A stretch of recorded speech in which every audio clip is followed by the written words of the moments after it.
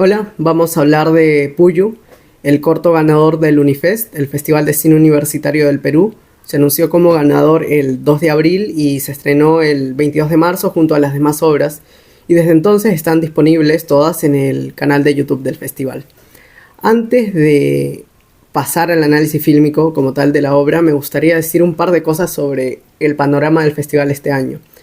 La calidad es desigual, tanto a nivel de guiones, equipo técnico, actuaciones. Sin embargo, hay un eje temático común en la mayoría de las obras. Un eje temático que no ha sido impuesto por el festival, que es una mirada femenina. Y con esto quiero decir la inclusión de relatos donde la experiencia, donde ciertos aspectos de la experiencia de ser mujer, como la maternidad, el acoso sexual, la violencia de género, se narran intentando superar la superficialidad de lo anecdótico, y es especialmente reseñable en el género del thriller. El Unifest tiene 3 géneros: el thriller / terror, el drama y la comedia. Y decía, llama la atención especialmente cómo en el thriller se conjuga esta mirada femenina, porque se apropia con absoluta naturalidad del género. La conjunción de estos elementos, tanto el suspenso / terror con la perspectiva femenina, no es algo que se circunscribe al festival. De hecho, la experiencia más reciente y masiva que tenemos es La Sustancia, de Coraline Farjad, donde la presión por mantenerse joven siendo mujer deviene una cuasimutilación del cuerpo. O Titán, otra película francesa de Julia Ducournau, o como se pronuncie, en la que tras quedar embarazada de un auto y cometer una serie de asesinatos, una chica se hace pasar por el hijo perdido de un jefe de bomberos, pasando a integrar una nueva familia marcada por la competencia masculina. O yendo a un contexto más cercano, latinoamericano, Mi Bestia, de Carolina Beltrán, donde un adolescente comienza a experimentar la mirada cada vez más presente de los hombres en medio de la espera de un eclipse que anuncia la llegada del diablo. Si bien sucede en otras partes, es interesante ver cómo los nuevos cineastas parecen apropiarse no es la palabra, sino parecen pronunciar de la misma forma ciertos relatos. Y aquí viene algo que me llama más la atención todavía, que esta fórmula del terror y la perspectiva femenina no está presente solo en los cortos realizados por mujeres, y hablo acá del festival, sino también en los cortos realizados por varones. Y es que si bien el miedo es algo que atraviesa el género humano, tanto hombres como mujeres lo sentimos, es cierto que el temor, la amenaza, el acecho mismo es algo constitutivo del relato de ser mujer, en especial en un país como el nuestro. Creo que eso no debe pasar por alto, y de hecho es algo que recogen estas obras. Ahora bien, acá cabe ser precavidos, porque no creo que podamos afirmar con total seguridad de que hay un cambio en la perspectiva de nuestros cineastas, en especial los varones, ¿no? Es muy pronto para decir eso, son obras muy cortas, son óperas primas. Veremos cómo va evolucionando, porque puede ser eso un cambio de perspectiva, o también puede responder a una cierta coyuntura que premia la diversidad en las narrativas. Entonces, si bien es pronto, creo que sí debemos estar atentos, los historiadores del cine, críticos del cine, analistas fílmicos, para ver cómo se va desarrollando eso. Escribí un artículo hablando de esto en Cine Encuentro, donde me explayo un poco más, y pueden pasar a leerlo si desean, por ahí les pongo el link. Además de lo que ya dije, otra cosa que menciono son las obras que me parecen mejor logradas del festival. Está Fragmentos, Susurro, Puyu, que nos convoca hoy. Y me gustaría aprovechar este video para sumar uno más a la lista, que de hecho estaba en mi mente, pero no lo escribí y recién me acordé cuando ya estaba publicado el texto. Entonces, ahora lo digo, es Tranquila, no pasa nada. Es un buen corto, está bien logrado. De hecho, ganó algunos premios a Mejor Directora y Mejor Elenco, si no me equivoco. Entonces me quedo con la conciencia un poco más tranquila mencionándolo acá. Ahora sí, vamos con Puyu, que tiene como directora a Kelvin Guanakuni. Comenzamos con esta toma fija donde en medio de la oscuridad tenemos una pequeña porción del encuadre donde sucede algo. Ni siquiera lo vemos con claridad. Esto coloca una distancia entre nosotros y aquello que estamos viendo y nos dice que hay algo que no sabemos, algo por fuera, un misterio. Eso desde la composición y la fotografía, pero también desde el sonido. En este momento escuchamos en primer plano sonoro los susurros de dos mujeres hablando de alguien que no está en cuadro, que es la persona muerta. Por cierto, spoilers todos, ¿eh? Esta primera toma nos sitúa muy bien sobre cuál será el motor del relato. Hay algo escondido.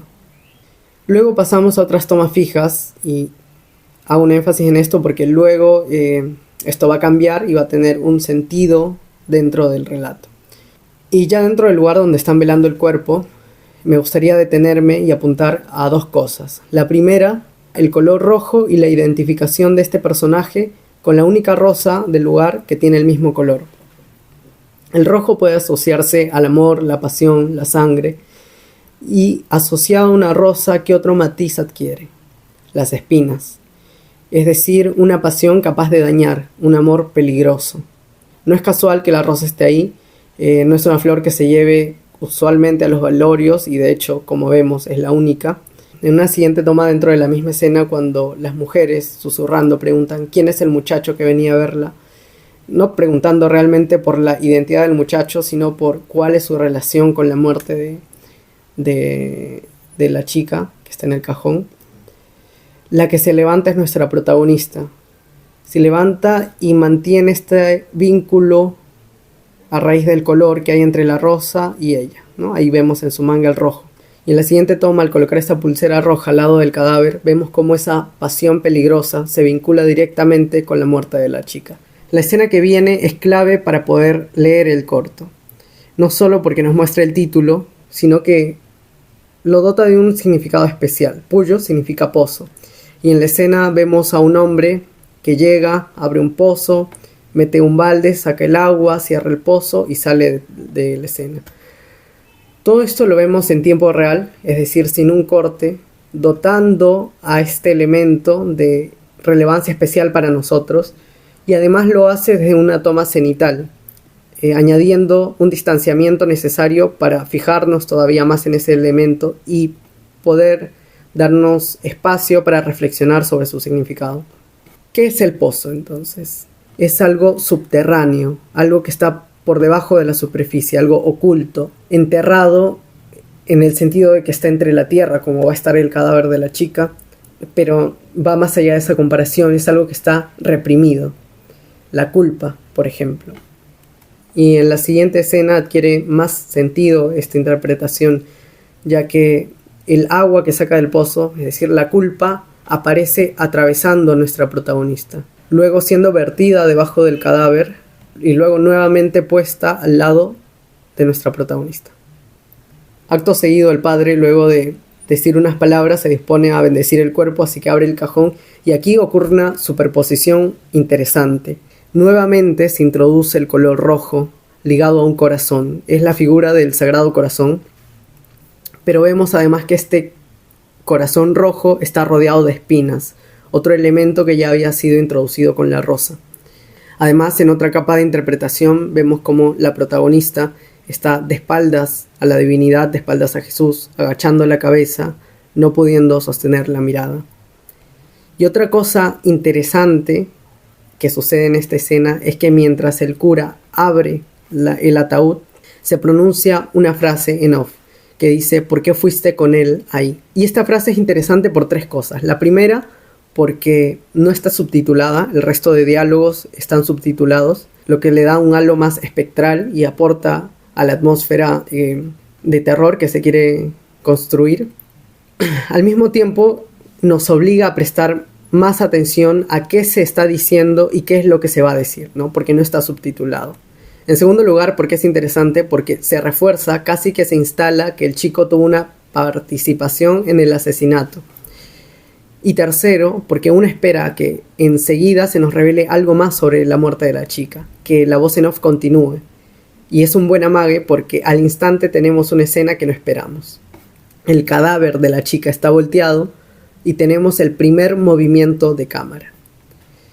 que es un alejamiento, una especie de dolly out. Digo una especie porque es un plano cenital, el segundo plano cenital del corto, con lo que podemos establecer una relación entre el pozo y el ataúd como contenedores de esa culpa o de esa materia de la culpa. Y a esto le sigue otra escena en movimiento que por la fotografía parece ser un flashback donde vemos la cara de la chica que murió. Cabe preguntarnos qué añade esta escena que nos ha dado varias cosas para analizar. Aporta un elemento de significación importante para la lógica del propio film. Quiero decir, sitúa a los movimientos de cámara como una manifestación de lo reprimido, de lo que está oculto. Y de esto se desprende, en segundo término, que el film no intenta ser críptico ni ambiguo. Es decir, que eso que se nos escondía en la primera escena, eso que quedaba fuera de campo, en realidad quiere manifestarse, quiere revelarse al público, algo que terminará sucediendo en el corto. Luego pasamos por un fundido a negro y vamos con una secuencia que refuerza esta función del movimiento. Continuamos con el rojo como elemento de identificación. Además observamos que la protagonista lleva un balde, que es otro recipiente del agua, no cualquiera, sino aquel con el que sale a flote, con el que la culpa, lo reprimido, sale a flote. Esto nos indica que va a haber otra revelación, otra fuga. Y como vimos que comienza a manifestarse eso reprimido a través del movimiento de cámara. Esta escena está grabada con lo que parece ser un plano subjetivo de alguien que observa entre la hierba. Y enseguida, por contraste, para marcar más esa función del movimiento y lo estático, pasamos a planos fijos, donde la radio que ella lleva se le cae al agua. Ella le quita las baterías, la pone entre la hierba y continúa con sus actividades, ¿no? Recogiendo unas plantas atrás. Luego escucha que el aparato comienza a funcionar, sin baterías. Ella se acerca, lo recoge y nuevamente la cámara retoma el movimiento. Aquí me gustaría hacer una pausa para resaltar el trabajo del director de sonido, Raúl Puma. Todos los elementos sonoros están al servicio de la trama y está muy bien trabajado. Yo, sin ser un experto, lo noto. El sonido de los pájaros, la radio, la lluvia, el viento. Y también me gustaría resaltar el trabajo de la directora de arte, Gloria Aquino, que utiliza muy bien los efectos prácticos, además de la vestimenta. Luego ella se acerca a otro pozo, mete su mano en el agua y saca la pulsera que dejó junto al cadáver de su amiga. Viene un fundido a negro y pasamos a escenas más oscuras, literalmente. Y a partir de ahora no vamos a ver un vínculo entre la protagonista y el color rojo. Al principio se nos muestra la cabeza cortada de un animal y luego un ritual con fuego en la noche hecho por la madre de la chica muerta y su mejor amiga. Durante el ritual volvemos a este animal que no está en el mismo espacio ni en el mismo tiempo. Vemos que no es de noche, arrojando sangre de sus ojos. Ahí hay un elemento rojo, pero está desligado, desvinculado de la protagonista. Y si bien no nos da claves de lectura como en las otras escenas, sí sirve para marcar, para inscribir al corto dentro de un uso diestro del lenguaje del género de terror. Y esto es algo que hay que rescatar del corto, que si bien hay un uso de los elementos del lenguaje de terror, un tratamiento de ciertos tópicos, logra mantenerse fresco. Tenemos otro fundido a negro y pasamos a otro ritual. Acá la protagonista entra en una especie de trance y el rojo aparece nuevamente, pero ligado al cajón. Es decir, al pozo, es decir, al hecho material de su culpa, la causa material de ese sentimiento peligroso. Y sobre este color rojo, sobre este corazón en espinas, aparece de nuevo lo putrefacto manifestándose, los gusanos. Enseguida se nos muestra a la protagonista en la tierra y luego se nos revela que es en realidad el pozo, está en el fondo del pozo, pero no está allí por un remordimiento, porque está desprovista de ese sentimiento que la llevó a la culpa, está desprovista del color rojo, sino es la culpa materializándose, ya está por fuera de ella, está adquiriendo forma propia y la está arrastrando. Acá también hay un buen uso de los efectos prácticos. La protagonista despierta y vamos a un tercer ritual, esta vez con la madre, donde el chamán invoca al espíritu de la hija para que le revele la causa de su asesinato, de su muerte. El chamán le pide a la protagonista que vaya por agua al pozo, y a partir de acá las tomas fijas van a ser casi nulas. Tenemos por un lado una secuencia de ella yendo por el agua al pozo, y por el otro lo que la madre estaba viendo a partir del trance en el que ha entrado. Hay una superposición de espacios, de personajes. Acá se nos revela que es la mejor amiga la que mata a la hija. Primero al chico que está con la amiga, se entiende que lo mata, no queda muy claro, y luego mata a la chica que era objeto de su deseo. Y aquí el corto hace un énfasis en el deseo como esta pasión peligrosa, pues reaparece el rojo en la pulsera que se desliza por los labios y por el vientre. Entonces volvemos al presente y acá tenemos una respuesta de por qué ella ya no carga con ese rojo. Se ha desprovisto de la culpa y responsabiliza a los demás de sus actos, del asesinato. Y para finalizar, es la madre, hacha en mano, quien mata a la asesina de su hija. Me gusta este final porque escapa de un lugar común, especialmente fomentado por los medios, en el que la madre de la sierra, en especial la madre de la sierra que pierde un hijo, solo debe sufrir, pasivamente sufrir. Y es una de las razones por las que este corto logra mantenerse fresco y original en su ejecución.